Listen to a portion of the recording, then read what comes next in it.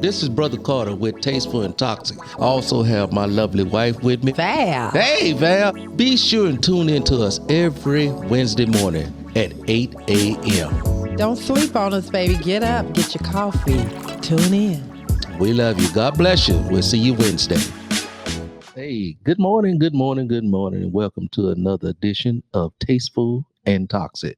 I'm your main man, Brother Carter here, and wow, I have two wonderful brothers on the show today that's going to help us break down or dissect, should I say, the topic today. And I have not come up with the topic just yet, but it's coming in a minute.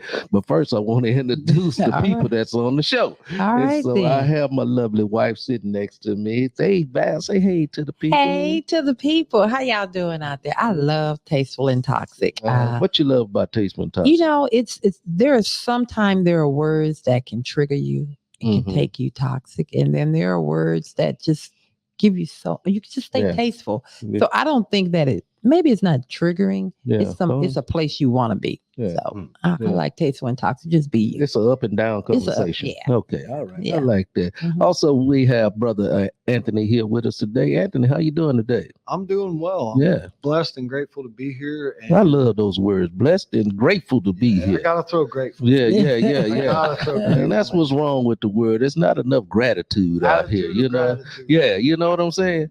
Yeah, tell people a little bit about yourself, if you will. Just I'm a lead mentor at the PTSD Foundation of America, Camp Hope. It's a recovery facility for combat veterans who struggle with PTSD.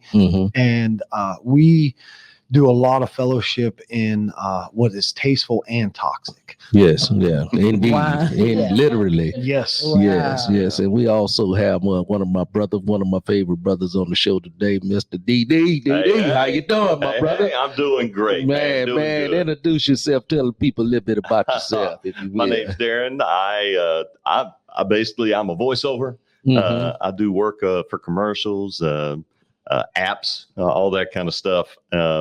But I also create men's jewelry, which sounds really weird. Yeah. But I don't call them bracelets. I call them wrist armor. Yeah. And it's to remind men who they are in Christ. Yeah. That's good. That's good. Well, welcome to the show, brothers. And we also have our engineer on the wheels and steels over there. The baddest engineer. Rivera Grace herself. How you doing, Abby? I'm thriving. You thriving? I'm tantalizing. All right. So how you feel about being on Tasteful and Toxic this morning? I'm excited. I love Tasteful and Toxic. You This love- one is so fun. I mean, I love the Love and Victory show too. I love all the shows that we do. But Tasteful and Toxic, we can get a little. Yeah. You can let little your hair loose down a with little it. bit. Huh? Yeah, Okay. I like it. We're not so stricted on Tasteful and Toxic. So you we know? strict on that other show? on that Love and Victory show. Are we not strict? Yeah, because you have to use words like allegedly. I mean, See, we on should do Tasteful and that. Toxic, you don't have to say allegedly. This is how I feel. We still should, but it's okay. I clean it up. So No, it's okay. wait, you can clean it up. We'll say this is how I feel, especially when we're just talking about feelings. We don't say allegedly on Tasteful and Toxic. Yeah. So in the world today, we have a lot of things going on in the world today. And so we want to talk to the panel today about how we're dealing with the things that are going on today. How do you feel when there's so much? Darren, you're married and for some time now, and I've been married for years and years and years and some more years, and often we find ourselves doing things that we not necessarily want to do, should I say? Sometime that we do it. A happy, what that saying is, a happy wife or happy life, happy whatever that thing is they say. Because I don't believe in it myself. Yes, I do. I'm just messing with you. It's okay. But sometime on Tasteful and Toxic, and what we want to talk about today is sometimes we want to say as men, what about me? I mean, is it sometime that can I be pleased and not have to please my significant other sometimes? You know what I'm saying? Fair. I think it's fair. What you think about that? I think that's a good question. I think oftentimes it goes on both sides. I think sometimes women want to go, sometimes I need time for myself, and here's a great example. I can tell you from my wife. She goes, I want to be able to do things for myself without feeling like you're giving it to me. Right. She goes, I feel like I'm stealing my time. I want you to give me my time. And men need to be the same way. It's like, let's have a conversation about this. I don't want to feel like I have to steal my time and do things for me. I want to just be able to do it. I love that. And I guess that can fit in anything we do in this society, not just in marriages. It can also be involved in work or whatever you're doing. Anthony, what you think about this? Doing things. Sometimes you just faced with things that sometimes you may not want to do it, but we end up doing it anyway because it's for the sake of keeping the peace, for the sake of something outside of our own being. I think boundaries of the word no is a complete sentence. Yes. And self-care is important. And I have to guard that. And not only that, I have to express it in a tactful way that says, look, I'm not bending or breaking on this. This is a deal breaker for me. For me to be the person that I know I am and who you love and I want to share with you, there's certain things that I still need to do to keep my sanity, to be in a right headspace and timing. Somebody may call that being stubborn, though. But I think what you think? I think people that call that stubborn struggle. I'm just saying, some people may reflect that in that I'm doing what I need to do for me, and I think that a lot of times people think that to be that way because you're putting a healthy boundary for yourself, and people want you to continue to be a pleaser for them to make them comfortable. Which makes you very unhappy and uncomfortable. So it's going back to the boundaries. It's so important to have healthy boundaries. There's nothing wrong with word no. See what y'all doing on Tasteful Toxic right now. Y'all getting to the end of the means before we go work our way through getting to the end of the means. So y'all went straight to the end of the means. How do we get there? Huh? Okay, well, we're going to drill it back a little bit. We want to dissect it first before we get to the end of the means. Okay. So I'm going to come back to you again on the question that I asked, whether it be work, relationship, or personally. We all face with things that sometimes we just don't want to do, but do it anyway. Sure. Out of just being kind, should I say. You just do it because it's just a natural ability sometimes. And you don't really want to do it. You may not want to go to a party that you have to go to today. Sure. But you're going because you gave your word. Absolutely. You know what I'm saying? So how do we digest these feelings? How do you navigate it? Yeah. Well, I think you got to be okay with other people being upset, first of all. And still go back to that. Be okay with somebody else being upset at you. And then not only that, you have to be able to express yourself tactfully. I think that we give a message and then we end up trapping ourselves because then people use triggered words that keep us from having our assertive communication to say, look, this is how I feel. This is exactly what I believe is necessary, because if not, I'm going to stay in that rut. Yeah. And then eventually I'm going to have the limelight shined on me. Here's the deal. The light ain't on me. I'm going to shine it on you. You're the one that has a problem with this. I don't. And I'm okay with you being upset. Yeah. I'm okay with you being upset. I think a big part of maturity is knowing to let go and let somebody just be upset without you interjecting or inserting yourself into their demeanor. Yeah. Right. In other words, not feeling bad because they're upset. Absolutely. Right. When there was nothing that you did that caused that other than you protecting your own. Have you ever been in situations where you just didn't necessarily want to do something, and then but you had to do it? Yes, and that's when I didn't understand boundaries. So what does that look like? That whole picture of doing something that you didn't necessarily want to do? It made me a very unhappy woman, young girl, because I was going along with the popular decision to make everybody else feel better. And I was miserable on the inside. That goes back to what I always say. I was smiling on the outside, but I was crying on the inside. And I didn't understand about healthy boundaries. When I say no to something, I'm not being mean. I'm saying that I know that if I do this, it's going to put me in that unhealthy place or in a place that I just don't want to do at the moment. So why inject myself in something that I know is not going to be a good outcome for any of us? Yeah. Now, see, what I'm talking about is, sometimes, okay, we have meetings at work all the time. I don't necessarily want to go to these meetings, but these things is something that you have That's to do. your job. That's different. No, that's what I'm talking about. I'm talking about doing things that you don't necessarily want to do.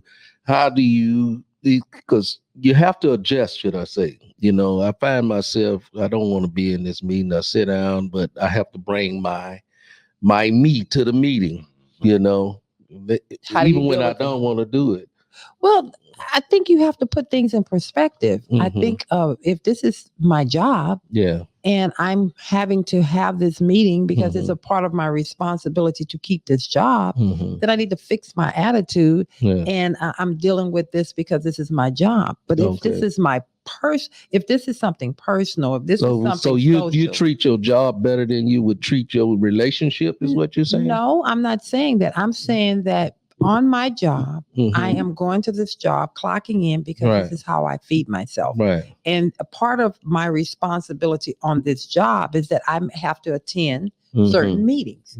So there are certain meetings that I have to attend. So I need to fix my attitude if I want to keep this job and attend this meeting. So could you apply those same means to your relationship when it comes to me? Yes, I can. But here's the thing. In order for my relationship to stay healthy, there should be healthy boundaries, and there should be a conversation that you and I have already established in boundaries that we have established in our relationship.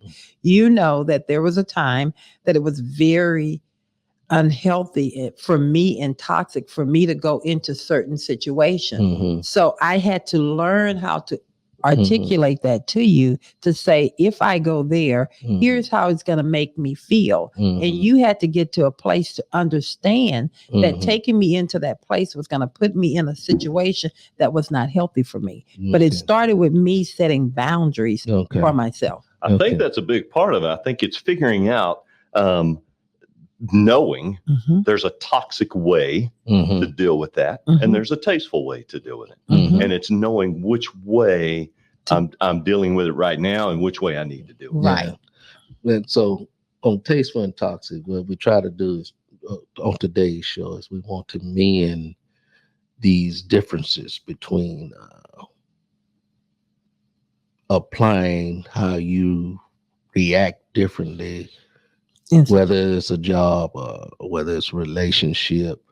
I hope at the end of the day that you apply some of the same tactics and techniques that you use for what you think is important over here because they paying you to be a certain way versus being in a relationship where you feel like I can just be my own self. Well, you know what I'm saying? I understand. Am I making sense? Yeah, I understand. It's not about you. Huh? No. Okay. But I understand what.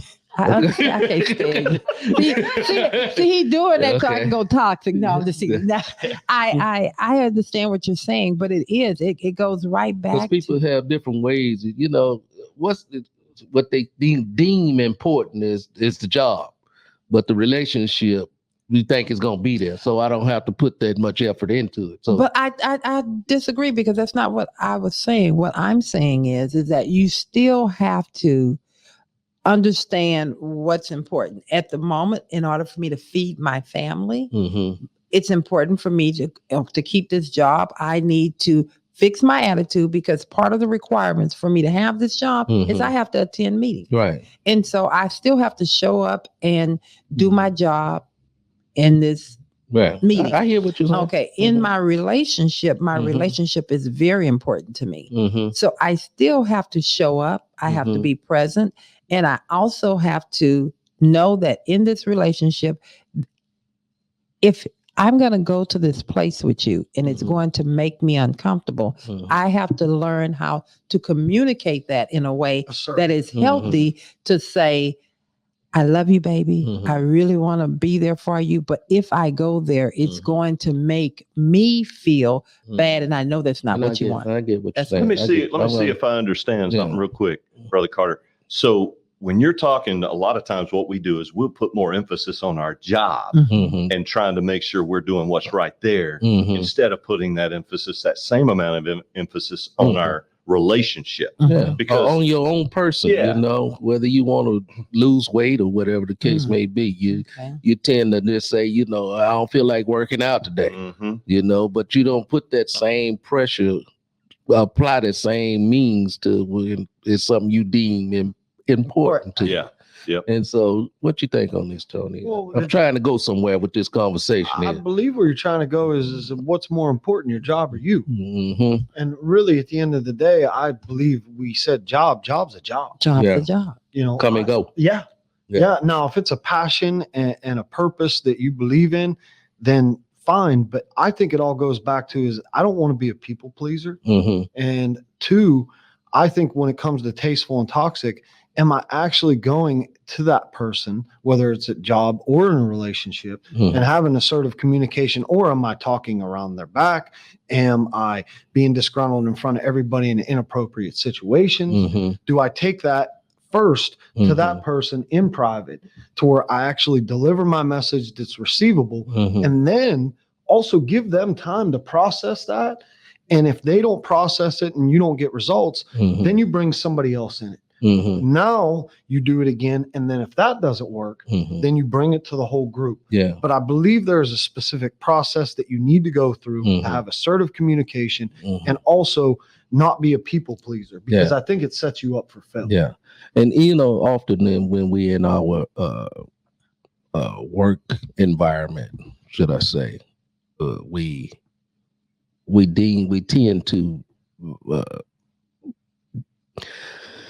tend to do things a little different.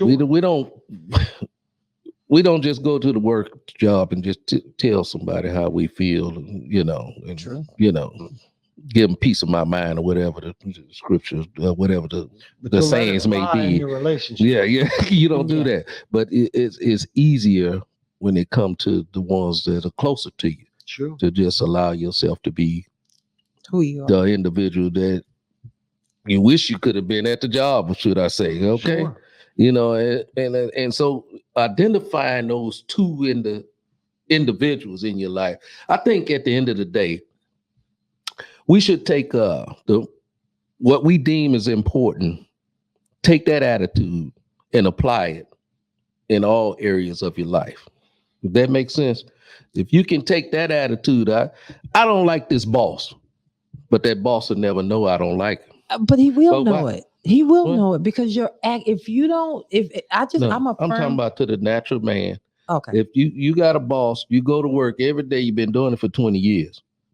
And the boss, he get on your nerve, but you don't just go and tell him you're getting on my freaking nerves. And, you know, unless you Brother Carter, you know, he'll probably do that because he be natural everywhere he go.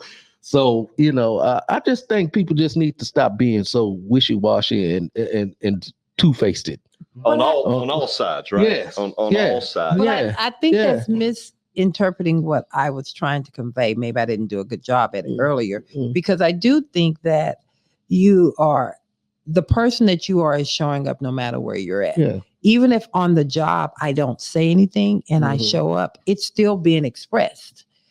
And that's why you have to have healthy boundaries. And so for me, I think showing up for a meeting, I love this job. I love what I do. And so part of what I do, there is an expectation that I do this. I got to show up for this meeting. I'm not going to show up for this meeting in a way that I am going to be negative, because I'm still projecting who I am. I'm not going to show up in this meeting of being rude. Right. I still have to give that same sense of when I'm at home with my husband or with my family, I'm not going to show up being negative. And it's not negative when you say, hey, I don't want to go this way. I don't want to be bothered. it's not negative. You just have to respect each other's boundaries. That's my thought on that. Yeah. So, Tony, any closing thoughts on this conversation here? I believe that, when you talk about being at work and at home, that regardless of whether you have a good attitude or a bad attitude, that if you do not tactfully express yourself, you say they'll know. Mm-hmm. But here's the deal. In the meeting, you might be okay. Or in that one interaction at home, you might be okay. Mm-hmm. I promise you this, one way or another, it's going to come out. Oh, it's coming out. It's going to come out. So here's the deal. I'm with Brother Carter is that somewhere down the line, that person needs to talk to that person and say truly how you feel to where we're not fake. To where we're not, being something that we're not. Like, I'm going to be real with you. I don't like this. It's not that I don't like you. I don't like the behavior. I don't like the constant idea. It's not beneficial for me. It's not beneficial for you or the group. If I'm not willing to express that, I think we stay in a rut that eventually sets us up in workplaces and relationships for catastrophic events that unfold. I agree with you, but I do think that if it starts with when you're showing up at the workplace and you're in the meetings. Obviously, you should have been able to have a conversation. If you're going into the meeting, you're having a meeting, and in the meeting, people make you feel uncomfortable. I am an employee. The employer has a responsibility to have me in a safe working environment. So I should feel comfortable enough to set boundaries with whoever is not making me. If I don't like the manager, if there's something going on, I'm an adult. I should be able to have a conversation. But everybody don't have that powerful feeling. Everybody don't have that. Well, a lot of people sit back on their loins when they come to confronting situations, and then when they get home, then they want to just do all their confrontations. I can't help it. That's not my gift. Yeah, and that's the toxic way. Right. So what you're getting at is the tasteful way that you would handle it. This is the healthy way to handle it. Right. And the separation, there really isn't. There shouldn't be a separation in life. Right. Who we are at work ought to be who you are. Period. Who we are with our buddies on the basketball court. I mean, it should be all the way around. You should be the same person, but you should also be the one. And this is coming from experience or a lack of. You should be able to be the one that says, you know what, I am going to create this boundary. I am going to stand up for myself. I am going to speak and let you know how I feel about this situation, whether it's your boss or whether it's a coworker or whether it's your wife or whether it's a friend. Yeah. Well, let you be you wherever you are. Abby, you have anything on this before we close out? Nah, y'all got it. We got it? Yeah. All right. That means you learned that. You got something out of this. I know normally I come in with the toxicity, but I've been feeling tasteful lately. Yeah, okay. This week. It's going to switch up next week. Okay. This week I've been tasteful though, so y'all got it. So in close, man, I hope that at the end of the day, after viewing this show, that you may be an individual that may be struggling in work, home and play, whatever the case may be, that you work towards centering yourself, being the individual who you are most of the time.